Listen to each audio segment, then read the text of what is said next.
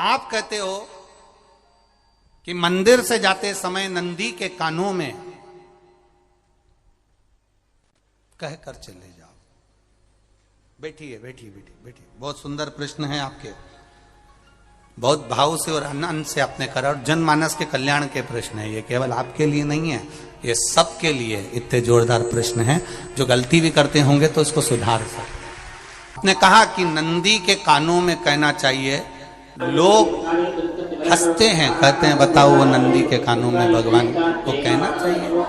वैसे तो हम आपको एक बात बताते हैं कि दुनिया के लोग किसी दूसरे धर्म की कभी हंसी नहीं उड़ाते हैं। दुनिया के लोगों को दूसरे का धर्म अच्छा लगता है।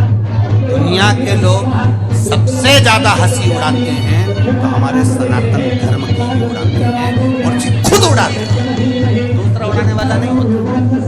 दूर के ढोल हमें समझ में आते हैं, उसका धर्म हमें समझ में आ गया, उनका क्या है ऐसा है, आओ कुछ नहीं, उनके धर्म में ऐसा है, कितना आनंद हमें दूसरे के धर्म में लग रहा है। हमारा सनातन धर्म हमको बुरा लगता है, हमारे सनातन धर्म में बुरा लगता है।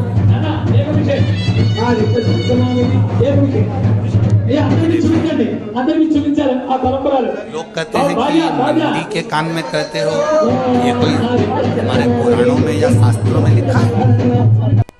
भगवती बहन आपको धन्यवाद देना चाहूंगा और एक बात कहना चाहूंगा, जितनी भी शिव महापुराण के अंतर्गत चाहे उपाय जो बताए जाते हैं कि बेलपत्री ऐसे चढ़ाना, काली मिर्च ऐसे चढ़ाना, चावल ऐसे चढ़ाना, धतूरा का क्या महत्व है, शमी के पत्ते का क्या महत्व है, बेलपत्री के पत्ते का क्या महत्व है, ये जितनी भी बातें बताई जाती हैं ये सब पुराण के अंतर्गत से बताई जाती है। अब दुनिया के लोग इसको चाहे टोटका कह दें, चाहे दुनिया के लोग इसे टोना कह दें, पर पुराण से हटकर कुछ नहीं। और आप लोगों को अगर बोला है कि नंदी के कान में कहकर भगवान शंकर के मन में बात पहुंचे, तो ये क्यों कहा, तो ये भी हमारी शिव महापुराण में लिखा है, जलंधर के चरित्र में। कोई आपसे कहे कि नंदी के कान में बोलने से क्या होता है, ये जलंधर का चरित्र कह रहा है।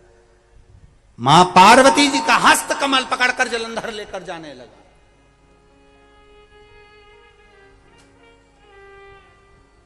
वृंदा का पति लेकर जा रहा। वृंदा तो भगवान की भक्ति में लीन रहती थी, उसको तो जलंधर को सबसे ज्यादा तकलीफ थी नारायण से, पर शिव के पास आ गया, क्योंकि ईर्षा प्रवृत्ति अभी कथा में कहा, कोई कोई ऐसा होता है जिसको तुमसे बेर नहीं होता तो भी अंदर से ईर्षा जाग जाती है। कोई कोई ऐसा होगा जिसको अंदर से ईर्षा जागती है, अपने आप अंदर से ईर्षा जागती है, उसका कोई बेर नहीं, और ईर्षा जाग गई, भीतर से ईर्षा जाग गई।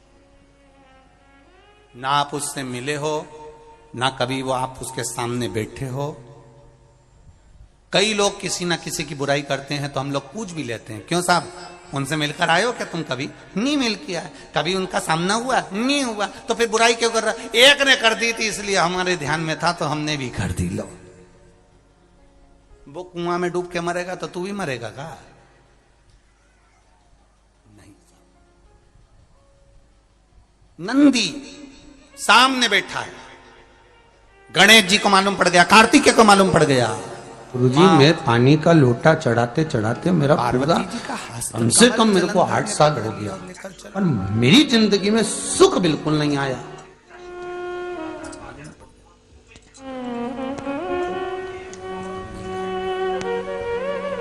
हमने कहा तूने कैसे चढ़ाया, वो भी तो सुने, कैसे क्या स्नान करा और मंदिर जाके लोटा चढ़ाया पानी का। हो पिताजी। अब मैंने कहा तू चुप रहे। उसके पति यहीं की इसी ऑफिस की बात है, भवानी मंडी से, उसके पति से जागिए। हाँ जी वर्मा जी को जगा रहे हैं। सही बताओ, भगवान अपनी लोटा कैसे चढ़ाई? गुरु जी ना जाने कहाँ के महाराज के चक्कर में पड़ी, में इतना बल है, लोटा भर के पानी चढ़ाना बल है, और पिता की आज्ञा नहीं होगी तो हम कैसे मार देंगे इसको? मारने को तो हम मार दें। मां ने आज्ञा करी थी कि जलंधर उसको तारकासुर को मार दो, तो कार्तिकेय ने तारकासुर को मार दिया। शिव जी की आज्ञा नहीं तो हम इसको कैसे मारें? क्या करें? सब कुछ गणेश जी ने देख लिया, शंकर जी के ऊपर बहुत बहुत बहुत बहुत प्रार्थना कर कर देख ली, पर शंकर जी नहीं जागे। तब आखिरी में विनायक ने, गणेश ने, जितने लोग आस्था चैनल पर कथा सुन रहे हैं, जितने लोग फेसबुक यूट्यूब पर कथा सुन रहे हैं, इस बात को याद रखना कि नंदी के कान में कहने से क्या होता है, वो ये इस कथा से सीख लेना। आप सत्य बोलो रे मिलेगा। गणेश जी को लगा किसको, कई लोगों ने पूछा शंकर को रिझाने के लिए कौन से कलर के कपड़े पहने कि शिव राजी हो जाए। शंकर को पाने के लिए कपड़ा बदलने की जरूरत नहीं होती, शंकर को पाने के लिए कलेजा बदलने की जरूरत होती है, शंकर मिल जाते। पिताजी को बोल बड़े से शिव कभी नहीं मिला साहब। अब मैं किसको कहूं? आप कौन से कलर के कपड़े पहन रहे हो, ये शिव प्राप्त नहीं करोगे हो। सफेद पहन लिए, लाल पहन लिए, केसर के पहन लिया, उससे शंकर नहीं मिल रहा हो। बहुत सारी रुद्राक्ष की माला धारण कर ली, हाथ में भी खूब सारा रुद्राक्ष पहन लिया, यहाँ पर भी पहन लिया, कान में भी रुद्राक्ष धारण कर लिया, जटा पे भी रुद्राक्ष लगा लिया, उससे शिव नहीं मिलने वाला हो। जाकर तुरंत विनायक ने नंदी के कानों में जाकर कहा, नंदी अरे भाई, मैया का हाथ पकड़कर जलंधर लेकर जा रहा है। किसके पास में जा रहे हो आप? जल चढ़ाने के लिए। जम के बोलिए करिए ना। शंकर जी के पास। शंकर जी कौन है? केवल नंदी के कान में कहा। तुम्हारे कौन से मतलब नहीं है, भगवान को तो केवल इतना मतलब है कि आप मन कैसा लेकर आए हो। ये तन साफ करने से, स्नान करने से, खूब रगड़ रगड़ के नहाने से, लक्स पेयर से खूब घिस घिस के नालों में, क्रीम में, पाउडर, डेंटिंग पेंटिंग करके फिर भगवान के पास जाओ और बढ़िया 2-4 घंटे तक फेसन करके भगवान को रिझाओ। भगवान दीजिएगा। जितने लोग आस्था चैनल पर, जितने फेसबुक यूट्यूब पर सुन रहे हैं, गर्ग संहिता में लिखा है, कह देते नंदी के कान में कहने से क्या होता है कि शंकर को जाकर बोलने से क्या होता है, एक बार प्रणाम करने का फल क्या है, मात्र दीदार करने से क्या होता है, दर्शन करने से क्या होता है, यज्ञ के स्नान का जो फल होता है वो मात्र शंकर को प्रणाम करने से मिल जाता है। कितना? 10 अश्वमेघ यज्ञ के स्नान का जो फल है शंकर को मात्र प्रणाम करने से मिल जाता है। पर गर्ग संहिता कहती है कि 10 अश्वमेघ यज्ञ के स्नान के बाद भी मनुष्य का जन्म वापिस मिल सकता है। मतलब वापिस तुम्हारा जन्म हो सकता है, किसी भी रूप में हो जन्म हो सकता है। पर शिव पुराण कहती है, गर्ग संहिता कहती है, स्कंद पुराण कहती है, नर्मदा पुराण कहती है कि महाराज इतना जरूर है कि शिव को प्रणाम करने का फल उतना है कि 10 अश्वमेघ यज्ञ के स्नान का फल मिल जाता है। पर गर्ग संहिता कहती है कि शंकर के चरणों में अगर प्रणाम कर लिया तो ये पक्का है कि अश्वमेघ यज्ञ का फल भले कट जाए पर शंकर के प्रणाम का फल नहीं कटता, उसका जन्म नहीं होता, वो शिव का हो गया, वो शंकर का हो गया, फिर उसका जन्म नहीं है हमारा। बताइए, ये मौका मिला है आनंद का, दिल से प्रेम लुटाओ। नंदी से कहा, नंदी ने देवादिदेव महादेव से नहीं कहा, केवल नंदी आंख बंद कर बैठे थे। कहते सही भगवान गणेश के शब्द शिव जी तक पहुंच गए, शिव जी के नेत्र खुल गए और उन्होंने जलंधर के पास जल्दी से, फिर हमको चलना है मंदिर। जरा विचार करो। पति बोला नहा लिया एक बार। नंदी से कहते हो मेरे महादेव पहुंच जाती है। आपको केवल नंदी से प्रेम से कहना है, नंदीश्वर मेरे बाबा, ए मेरे बाबा, आप रोज शिव जी को लेकर भ्रमण पर निकलते हो, बहुत दुख है। नी के ना माने तो कई घर में चंद्र घंटा से माथा बिड़ा। नंदीश्वर से कहा, स्नान करा, चल आपके लिए खुल जाएंगे और महादेव आप पलंग पे को बैठ गए। मेरा महादेव आपके पास में खड़ा मिले। आशुतोष शिव महापुराण की कथा कहती है, रंगी तो है, लोग कहते हैं नंदी को कहने से क्या होता है, ये शिव का पुराण कह रही है। कहा वहां तक पहुंचा, दिल से दिल।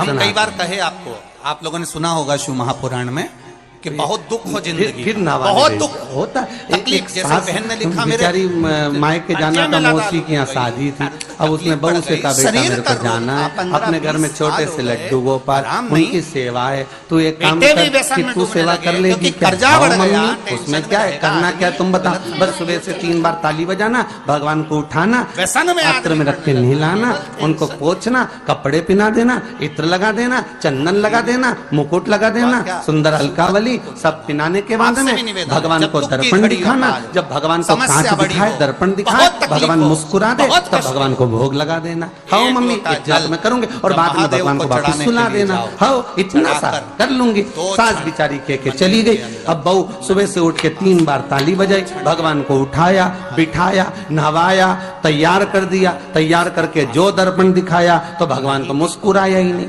तो नंदी के पास इसको कौन समझाए कि पीतल की मूर्ति कोई हंसे?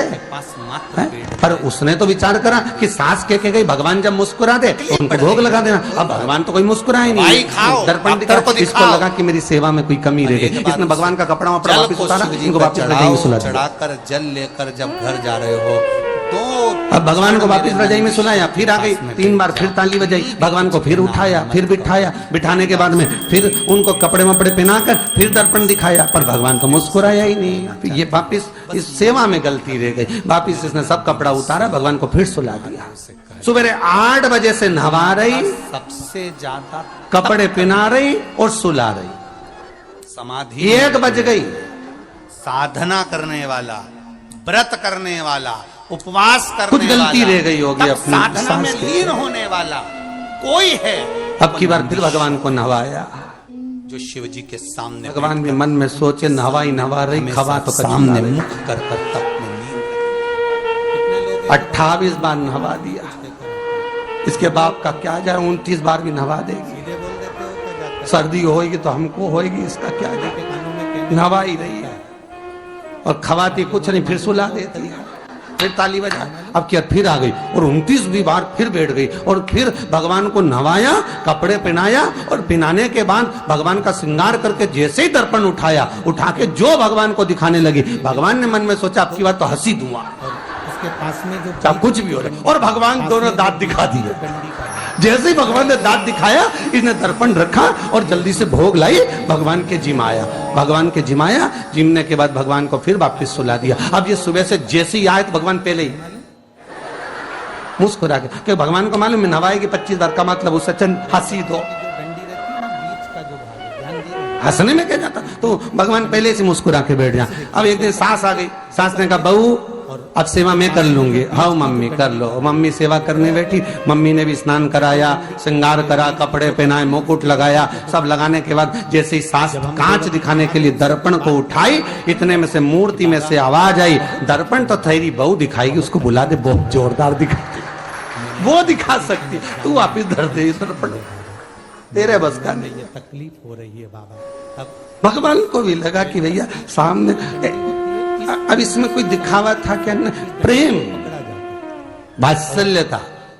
भगवान भक्ति के बल पर ही कहने से पहले हाथ को नंदी के ऊपर रखकर फिर बैठ गए पलंग पे, ना वापिस, और चलते समय इस बेल नाते नाते चले, सुंदरी मंदिर पहुंच गए, वापिस सजाते हैं। देवदिव्य और महादेव राम को पार्वती की बात मानना ही पड़ती है। बेलपत्तर तो घर धरिया ही,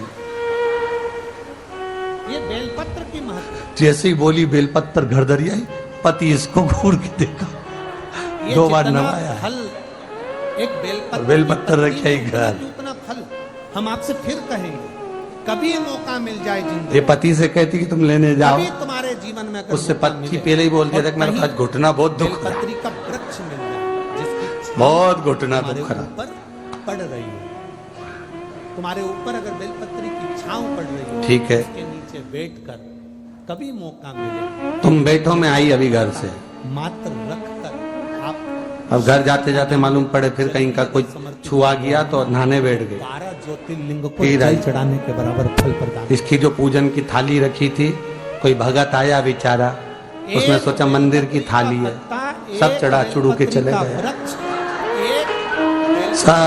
वृक्ष की छांव हमारे जीवन को। पति से बोली तुमने अकेले ही पूजन कर ली, मैं तो करा ही नहीं, ये नंदी जहां बैठा उसके पास में बैठा, जगह पर मैंने हाथ नहीं लगाया। मंदिर तो ये सामान कौन चढ़ाया? इनकी आई थी, सब चढ़ाया। तो क्या शर्म नहीं आई? बेलपत्तर तो था ही नहीं। मंदिर के तो क्या सियोर वाला महाराज की कथा सुनी कि शंकर जी पे से उठा लिया, धो के चढ़ा के हो गई वो चली। शिव ये नहीं कह रहा कि तुम वस्तुएं बटोर कर लाओ, शंकर कहता तुम्हारे पास में मिल जाए तो समर्पित कर दो, नहीं मिले धोया वापिस शिव को चढ़ा दिया, वापिस शंकर को समर्पित कर दिया। शिव स्वीकार करेंगे।